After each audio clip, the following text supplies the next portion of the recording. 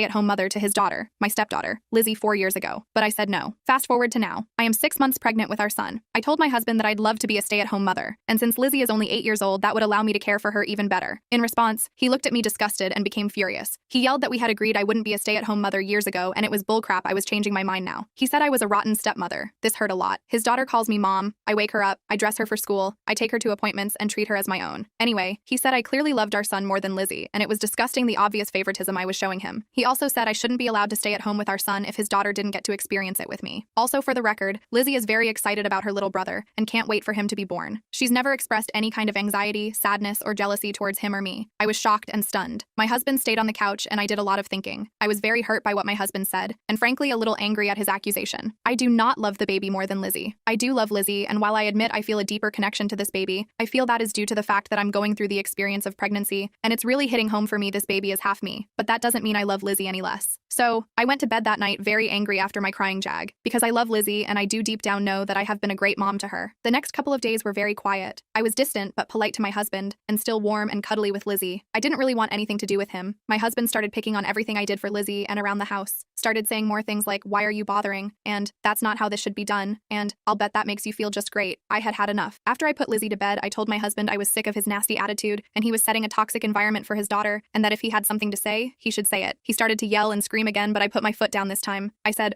"I want to work through whatever problems we have and get this issue resolved because I love you and care about you, but I will not take toxic abusive behavior. I will not talk to you until you are ready to be respectful and kind." My husband lost it even more and screamed, "I'm sleeping on the couch." So I said, "Excuse me? I am heavily pregnant with your son and every part of me hurts. I need access to the bathroom when I wake up at night. I will be sleeping in the bed. You can either join me if you can be quiet, or you can sleep out here." He seemed kind of taken aback, and I just left and went to bed. I guess he slept on the couch. The next day after Lizzie went to bed, I said that I think we need to set up an appointment with a marriage counselor. My husband said I'm the only one with a problem, so he won't go. I asked him to please tell me what was bothering him then so we can work through it. In a nutshell, he is ticked off. I didn't want to quit my job and be a stay-at-home mother for Lizzie, but I do for our son, and so therefore I love our son more, and that makes me a terrible person. I explained like I had before that I didn't want to quit my job at the time. He got very defensive and said it's clear I've never trusted him to be the provider, and that makes me a bad mother. I asked why didn't he quit his job then and be a stay-at-home dad? He went quiet. He also said that since Lizzie never had the experience of a stay-at-home mother, then our son shouldn't have the favoritism of getting it either, because it wasn't fair to Lizzie. I said it was ridiculous to punish me and our son for being unable to travel back in time and to change the body Lizzie was conceived in. I also said infants need a lot more care than pre-K kids. That opened up a whole other can of worms with my husband telling me he resents me for not quitting work and being a full-time stay-at-home mother. He then went on and on about how I'm breaking our agreement for me to not be a stay-at-home parent and how that makes me unstable. I pointed out I have a right to change my mind, and I won't give my baby to a stranger to raise while fretting about him all day at the office. I said I was very willing to do more things with Lizzie, like take her to the zoo and museums with the baby, get involved at PTA at her school, and go to her sporting events so me and her brother can watch her while she practices. I said this is healthy for all the children, and he had a warped view of justice and fairness by depriving our children of a healthy environment because Lizzie's mom was an unfit parent. I said his guilt won't go away by taking opportunities away from our kids, and that I was willing to work out whatever issues there were, and to go to a counselor and speak to child psychologists and other professionals that could give him an unbiased professional opinion. No. He became violently angry again and said I was going back to work 2 weeks after the birth, and that was the end of the discussion. That I had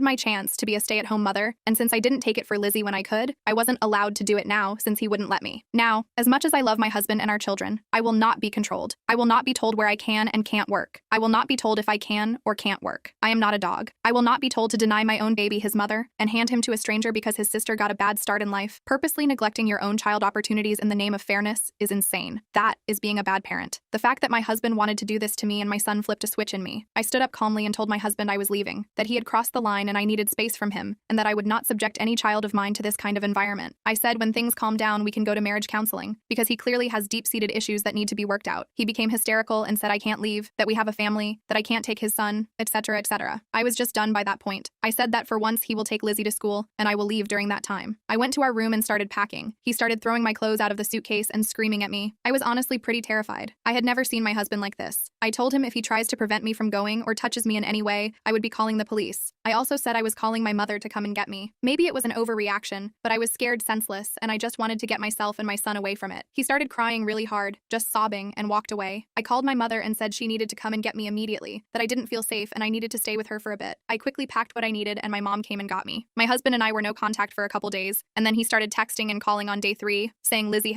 was picking sides and being unstable, and that I had left when he told me to treat the children fairly, because he didn't think our son should get a stay-at-home mother because Lizzie didn't. And they completely ripped into him. His best friend Craig asked him what the the F was he on to come to such a ridiculous conclusion? He pointed out all I had ever done for Lizzie and that me being a part-time working stay-at-home mother would benefit her too, because I would be able to do more things with her and spend more time with her. And also that he was an idiot. His brother Daniel was even more to the point. Daniel called my husband an eye-hole and douchebag and said point blank he didn't deserve me. He said my husband was being a controlling jerk and punishing me for his beach of an ex-wife he shouldn't have married and reproduced with in the first place. Apparently there is a lot of family anger on my husband's side for him marrying and having a kid with his ex-wife due to her substance issues and her violent and manipulative tendencies to members of my husband's family. Anyways, Daniel said I was the best thing to ever happen to him and Lizzie, and he was ruining it with his own two hands, and he better man the F up and get over his ex and start treating me better and appreciating me more, and that he was being a crappy parent to Lizzie and our son by thinking that forcing me to return to work was okay because that made it fair, and that I was a far better mother to Lizzie than his ex ever was, and I did a damn good job of showing my love for her. Well, after they visited, it didn't take long for my husband to start blowing up my phone, begging me to come back, that he couldn't function without me, etc. He also broke my rule and said Lizzie wasn't doing well without me, which really angered me and broke my heart because I love that little girl, but it felt so manipulative. I basically told my husband if he continues to use Lizzie as a reason I should come back, I would be filing for divorce because I would not be with someone who uses a child as a manipulative tool, and that I didn't want to be a replacement mom for Lizzie. I wanted to be his wife and have a family with him that included Lizzie. I said get a therapist and into couples counseling with me, or he would be getting divorce papers because I will not have my son in a toxic, controlling environment. My husband agreed to both, saying he couldn't live without me and he knew he needed help. Our couples therapist was great. She touched on all the issues I wrote about and tried to get my husband to see he was being unfair and controlling, and that, while it was understandable he would have a lot of fear and pain from his previous marriage, it was cruel to take out his issues on me because I had never wronged him and was not his ex-wife, so why was he making for me paying for what she did to him? It basically boiled down to my husband being afraid of me becoming like his ex, and that I would favor our son and hurt his daughter, or love her anymore. The therapist touched on the issue of his kids versus our kids. She said my husband needed to keep in mind that it is natural to feel more connected and attached to biological children as opposed to stepchildren. She told my husband that while both Lizzie and our son were his children, this was not the case for me, and not only was that natural and expected, it was okay. She asked had I not been loving and kind with Lizzie? Had I not taken care of her? Did I go out of my way and sacrifice for her as would any other parent do? My husband replied hesitantly but positively to all the questions. So she said then, there was nothing wrong with my feelings or changing my mind, as long as I continued to treat Lizzie with love, respect, and kindness, that there wasn't a problem. She also pointed out that while he might be affronted because Lizzie is also his biological child, it was not fair of him to expect I feel the same love and connection to her as he did, that it was in fact impossible because I had not carried her, gave birth to her, nursed her, and didn't come into my life until she was already a little girl. She said there are many kinds of love, and me having this special bond with the baby and wanting to stay home and nest was not only natural, it didn't mean I had lost any maternal love for Lizzie, that it wasn't less or wrong or unfair, just different, and that one of the biggest mistakes biological parents make with the step-parent is guilting or bullying them about their feelings towards stepchildren versus biological children and insisting it has to be exactly the same. She said while that is also a natural and protective instinct, that the biological parent actually ends up being the one causing friction and tension and making both step-parent and child feel inferior, and if care isn't taken, the stepchild can end up being the favored one because the biological parent tries to make up for a favoritism they believes exists. This was starting to be my feeling. She wrapped up by saying parents even tend to have favorites among biological children, but that the key was to not act on that or make it obvious. And that was what I was doing, and that it sounded like I had done a great job so far, and that we were even ahead of the game because Lizzie was excited about the pregnancy and had a very positive and close relationship with me. My husband tried to argue saying that me staying home with our son but not her was blatant favoritism. The therapist countered with by saying that I was not in a place in my career at the time to be a stay-at-home mother. I was not mentally ready to be a stay-at-home mother, that Lizzie was already ready to be in preschool, she wasn't an infant, and that most people wouldn't want to give up a career they love to stay home full-time to a child that didn't need full-time care and that they had no biological connection to.